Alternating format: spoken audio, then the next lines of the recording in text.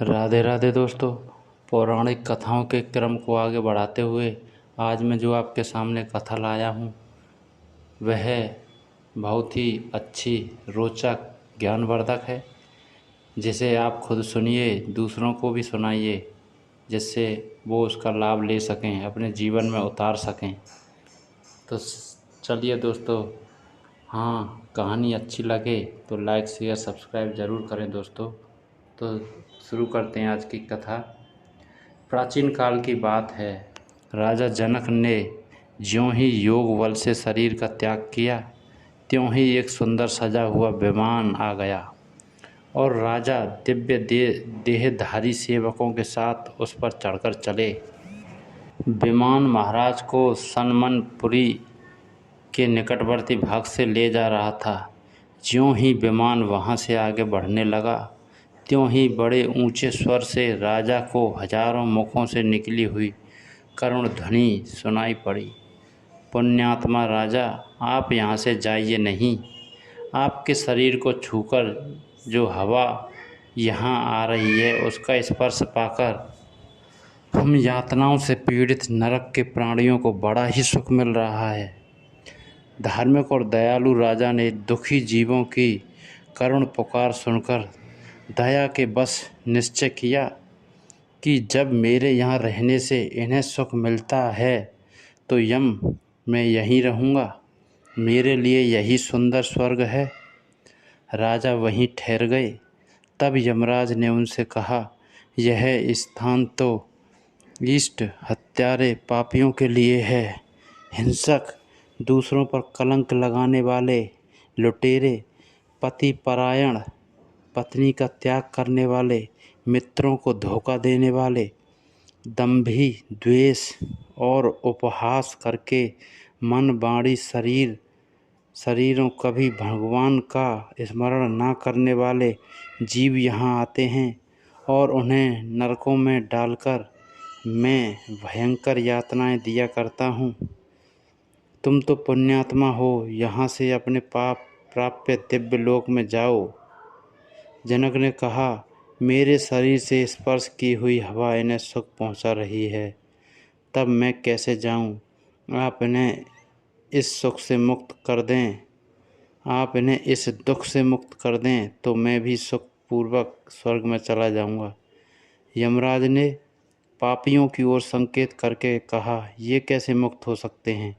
इन्होंने बड़े बड़े पाप किए हैं। इस पापी ने अपने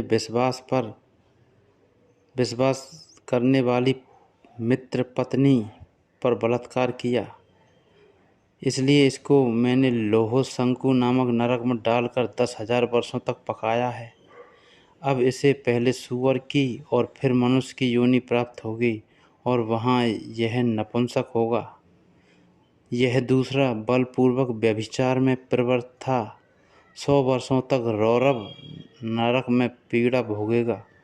इस तीसरे ने पराया धन चुराकर भोगा था, इसलिए दोनों हाथ काट कर इसे पूय शोणित नामक नरक में डाला जाएगा। इस प्रकार ये सभी पापी नरक के अधिकारी हैं। तुम यदि इन्हें छुड़ाना चाहते हो तो अपना पुण्य अर्पण करो। एक दिन प्रातःकाल शुद्ध मन से तुमने मर्यादा पुरुषोत्तम भगवान श्री रघुनाथ जी का नाम ध्यान किया था और अकस्मात राम नाम का उच्चारण किया था। बस वही पुण्य इन्हें दे दो, उससे इनका उद्धार हो जाएगा। राजा ने तुरंत अपने जीवन भर का पुण्य दे दिया और इसके प्रभाव से वे सारे प्राणी नरक यंत्रणा से तत्काल छूट गए और दया के समुद्र महाराज जनक का गुणगान करते हुए दिव्यलोक को चले गए। तब राजा ने धर्मराज से पूछा कि हे धर्मराज, जब धार्मिक पुरुषों को यहाँ आना ही नहीं होता तब फिर मुझे यहाँ क्यों लाया गया है?